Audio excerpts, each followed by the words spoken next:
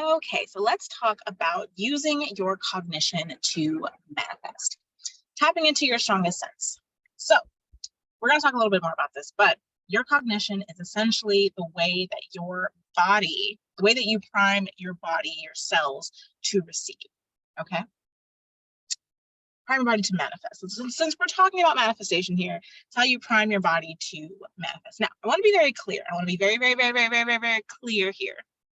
You do not have to use your cognition to manifest. That is not what I'm saying. It's not like this is the right way. This is the only way to do it. And if you don't do it this way, you'll never manifest anything. Your entire life is a manifestation. You've been manifesting since the moment that you were born. This is not the end all be all.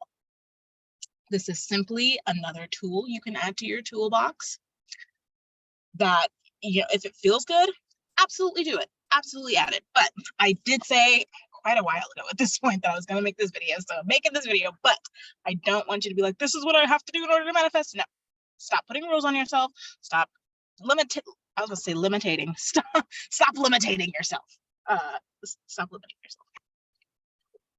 So what we're going to be looking at is your environment arrow. And it's this arrow right here that I've beautifully circled. So your cognition is going to be determined by whether this arrow is pointing to the right or if it is pointing to the left. So this arrow that we're looking at, this bottom left arrow, is an independent variable, which means this arrow up here is on top of this. So you want to get this in place first before you start working on this arrow, but we're not talking about this arrow right now, so that's really not. I talk a lot about this in my deconditioning masterclass. If you're interested in that, I can link that in the description box below. There's a lot of good information in there. But essentially, this is the independent digestion environment arrow. So this arrow is all about your environment. It's all about the role that you play in your environment, what you require in your environment in order to be healthy, and how you take in the world around you, how you digest the world around you, okay? So your cognition is your main heightened sense that helps you understand the world. And this is what helps you get your body ready to receive. Now, normally when we're talking about cognition, we talk about it in terms of like food or even information. But in this context, we're talking about it for manifestation, right? So this sense, this heightened sense that is your cognition, this is how you get your body and your mind ready to get what you want. This is how I like to see it. Your cognition is the thing that helps prime you to move into the state of the wish fulfilled. Like this is the thing that helps move you into the state of the wish fulfilled. And in my experience from using my cognition, this is one of the easiest ways to keep myself in the wish fulfilled is using my cognition. Again, this is not the only thing you can use, right? And I'm going to make a video about states as well. But I have found from my personal experience, this is one of the easiest and fastest ways for me to shift my state. Yeah. So the first and also, if you do not know what your cognition is, you can either, I want to say you can go on Genetic Matrix, but I'm not sure if the free version shows the cognition anymore. But what you can do is go to My Human Design. I think it's myhumandesign.com. It's by Jenna Zoe.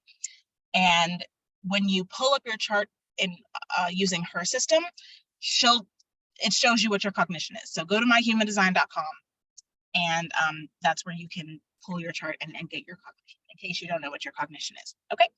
So inner vision, this is, well, exactly what it sounds like. It's inner vision, right? It's that classic manifestation advice of seeing your desire in your mind first, right? This is visualization. So this is closing your eyes and seeing that mental picture of whatever it is you desire, whether it's the money, whether it's the relationship, whether it's the car, the house, whatever, seeing it in your mind first. That is what is going to prime you and prime your body and prime your cells to receive that thing. That's what's going to move you into the state of the wish fulfilled, right? If your cognition is inner vision, right? And I want to say again that just because your cognition is one of these things, it doesn't mean that you can't use the others to manifest. Because again, there are no rules, right? There's no one way, no one right way to manifest. You can use all of these. It's just a matter of which one is, number one, the easiest for you, and the most enjoyable for you. So if you have an inner vision cognition, then visualizing is probably something that comes very easy to you, comes very natural to you. And if something is easy and natural for you, it's probably going to be enjoyable. Just saying. So let's go on to outer vision. This is my cognition. So again, this is also along the lines of like the classic manifestation advice. This is seeing your desire with your physical eyes. So it's not in your head, it's like actually seeing it in your physical world. So this is vision boards, going to see the house that you want. If you have like a picture of the thing that you want, or if you have, whatever it is that you want, physically seeing it with your eyes. So something that I did when I was manifesting my apartment is I looked up videos on YouTube of that apartment, like the promotional videos when they have the people who are like laughing and they're all having fun and they're walking slow motion out of the apartment and they're checking out the scenery, like those kind of videos. I watched specific videos for the apartment that I wanted to move into, promotional videos of that apartment. I also went to tour that apartment and I took my own video. So I saw myself, videos of the room being empty and me walking into the bathroom and me in the bathroom mirror. And I would watch those videos every single day. And that was me using my outer vision cognition. Yeah. Smell.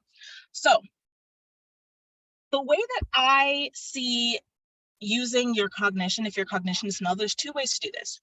You can either go to the place of what does your desire smell like and either vividly imagine smelling that thing, or you can go out and get, the scent of whatever your desire is and immerse yourself in that. So like if you're manifesting a person and you want your person to smell a specific way, go out and buy that cologne and, spray a little bit of it and just like smell it, smell the person, smell, if it's a specific place you want to live at, what do you want that place to smell like? What kind of candles are you going to buy for your place, right? Or what you can do is prime your system by enticing your sense of smell while you are connecting with your desires. So not necessarily figuring out what does my desire smell like, because like, what does money smell like, right? If you're trying to manifest like $10,000, what does $10,000 smell like? I personally don't know, right? But what you can do is think about what kind of scents relax you, what kind of scents make you feel good, and have those scents around you while you're connecting with your desires. So if you're doing affirmations, if you're scripting, if you're visualizing, whatever, while you're doing those things, while you're doing those techniques, have that smell somewhere in your environment, whether it's a candle, whether it's a perfume, whether it's some kind of food, like something that smells really good to you. Have that around you while you're doing your techniques, while you're saying your affirmations, while you're doing your mirror work, whatever. And that is going to relax you and it's going to help move you into the state of the wish fulfilled, right? So that's how I personally would use smell if your cognition is smell. Touch. With touch, there's two ways that you can do this. Number one, how can you touch your desire? So if your desire is something tangible, like money, go and touch, if you have like physical cash, go touch that. If you want like a specific thing for your house, or you want a specific jacket, or you want, a specific house, go out and touch it, like be in it, touch it, feel it, like physically, right? Or you can physically write out your desires. So scripting, essentially. If you have a touch cognition, scripting can be a really good way for you to connect with your cognition because you're physically writing it out. You can touch the words on the page, right? It doesn't always have to be like, oh, I have to go, like if you want to manifest a specific person, I have to go out and touch that specific person. No, you can physically write it out. You can touch the words, you can feel the page, right? That is, what the heck is that? You know what? Never mind. We're not even gonna worry about it. That is how I would personally use the touch cognition. Yeah. Feeling, again, we're back to that classic manifestation advice. Neville Goddard actually had a feeling cognition. So his whole thing was, feeling it real, feeling the state of the wish fulfilled. Wish fulfilled. Wish fulfilled. He had a feeling cognition. Feeling was very big for him in priming his system to receive the things that he desires. So what does it feel like to have your desires? What feeling are you going to feel when you have it? What is the feeling of the state of the wish fulfilled? And just live in that space and keep coming back to that feeling, keep coming back to that feeling, keep coming back to that feeling. If you have a feeling cognition and you have a defined solar plexus center, this doesn't mean that you have to disregard your emotional wave, and it doesn't mean that you have to force yourself to feel a specific way. It just means that you get to meet yourself where you are emotionally. So let's say you're trying to manifest money and you're in your emotional wave right now, you're at an emotional low. You're feeling sad, but you really want to manifest money. The version of you who already has the money that you desire to have, would they be beating themselves up for feeling sad and thinking, if I don't, feel better, if I don't feel happy, I'm not gonna get the money? No, because they already have the money. So how would you meet yourself emotionally if you already have what you desire? Well, if you felt sad and you were rich, you'd still be rich. You'd just be like, oh, you know what? It's okay. It's okay for me to be sad. I don't have to worry about anything. I've got all this fucking money. I'm just going to chill. The feeling you would have if you were sad and rich would still be, it would be relaxed, right? Everything would be fine. So I hope that makes sense. I think this is the last one. So taste is not what you think. This doesn't mean that you have to go out and like lick everything. Like, oh, I want money. Let me go, eat some pennies. No, that's not what you want to do. If you have a taste cognition, this means that you need to be very intentional and very discerning about the things that you are taking in. And you only want to take in the things that you desire to experience. You want to surround yourself with people who have the beliefs you want to have. You surround yourself with images of the things that you desire. You surround yourself with music. You get it, right? If you're trying to manifest love, you don't want to have your sad girl playlist on repeat, right? Because with your taste cognition, the things that you're taking in are what are priming your system. The things that you're taking in are, kind of what is helping you to shift your state. So with this taste cognition, you want to be very intentional about what are you taking in? What are you allowing into your experience right now?